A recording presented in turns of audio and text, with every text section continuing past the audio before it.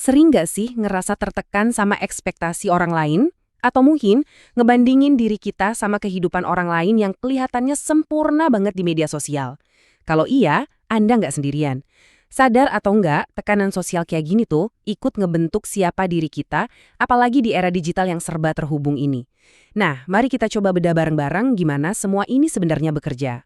Oke, jadi di pembahasan kali ini, kita bakal mulai dari ngebongkar aturan-aturan sosial yang nggak kelihatan.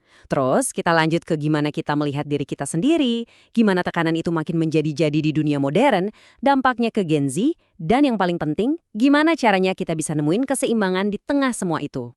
Jadi, sadar atau enggak, setiap masyarakat itu kan jalan di atas serangkaian aturan tak tertulis. Nah, aturan-aturan ini bisa kita pecah jadi dua konsep utama, nilai dan norma. Kedengarannya mungkin mirip ya, tapi sebenarnya ini dua hal yang beda banget. Nah, bedainnya gini deh. Nilai itu ya ide besarnya yang abstrak kayak kejujuran itu penting. Sementara norma itu aturan mainnya yang lebih spesifik dan bisa ditegakkan, yang lahir dari nilai tadi. Contohnya, dilarang nyontek pas ujian. Simpelnya nilai itu kenapanya dan norma itu gimananya. Dari sini kelihatan jelas polanya. Nilai itu yang muncul duluan, jadi fondasinya. Baru deh norma diciptakan buat ngebangun struktur di atas fondasi itu. Lengkap sama sanksinya kalau ada yang melanggar.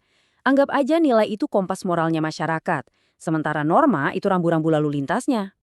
Oke, sekarang pertanyaannya, gimana caranya semua aturan dan ekspektasi dari luar itu bisa meresap masuk dan ngebentuk identitas kita? Gimana cara itu semua mempengaruhi cara kita mandang diri sendiri? Ini nih proses psikologis yang dalam banget. Ada satu teori keren banget dari sosiolog Charles Horton Cooley.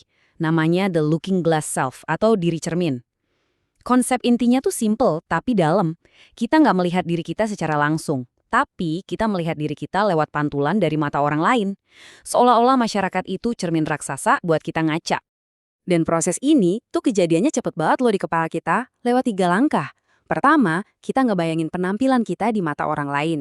Kedua, kita nerka-nerka apa penilaian mereka. Dan terakhir, kita ngerasain emosi, entah itu bangga atau malu. Dan catat ya, yang paling penting itu bukan penilaian mereka yang sebenarnya, tapi persepsi kita tentang penilaian mereka lah yang ngebentuk perasaan kita. Nah, konsep diri cermin ini kan udah lama ya, tapi di zaman sekarang, dengan adanya media sosial, ceritanya jadi beda banget. Cermin sosial yang tadinya cuma satu, sekarang jadi kayak ribuan cermin yang mantulin balik ke kita non-stop. Tekanannya jadi berlipat-lipat, kayak di dalam panci presto. Media sosial itu pada dasarnya menciptakan sebuah arena perbandingan yang gak pernah tutup. Kita jadi terus-terusan ngebandingin kehidupan di belakang layar kita dengan panggung utama atau highlight reel orang lain. Perbandingannya terjadi 24 jam sehari, 7 hari seminggu. Intinya kan gini, apa yang kita lihat di media sosial itu seringkali bukan kenyataan yang utuh, melainkan versi yang udah diedit dan dipilih dengan sangat hati-hati. Nah, paparan terus-menerus ke standar yang nggak realistis inilah yang bisa bikin jurang yang dalam antara hidup kita yang sebenarnya dan apa yang kita lihat di layar. Coba deh kita berhenti sejenak dan pikirin bareng. Kalau setiap hari kita dihujani gambar-gambar kesempurnaan yang rasanya mustahil dicapai, apa sih yang terjadi sama psikologis kita? Apa dampaknya ke harga diri kita? Nah, ini dia jawabannya. Ada hubungan yang jelas banget antara rasa rendah diri dan kebutuhan yang kuat buat nyari validasi dari likes, komentar, atau followers. Dunia maya seolah jadi tempat buat nyari penghargaan yang mungkin kurang kita rasain di dunia nyata. Dan ini bisa menciptakan sebuah siklus yang berisiko. Sekarang, mari kita kerucutkan pembahasannya ke Gen Z. Mereka ini generasi pertama yang tumbuh besar sepenuhnya di dalam lingkungan digital bertekanan tinggi ini. Mereka adalah para digital native sejati yang menghadapi tantangan yang belum pernah ada di generasi-generasi sebelumnya. Akibatnya apa? Lingkungan ini memunculkan serangkaian tantangan psikologis dan sosial yang serius. Mulai dari masalah kesehatan mental kayak kecemasan dan depresi yang meningkat sampai krisis identitas. Dampaknya itu nyata banget dan dirasain secara luas.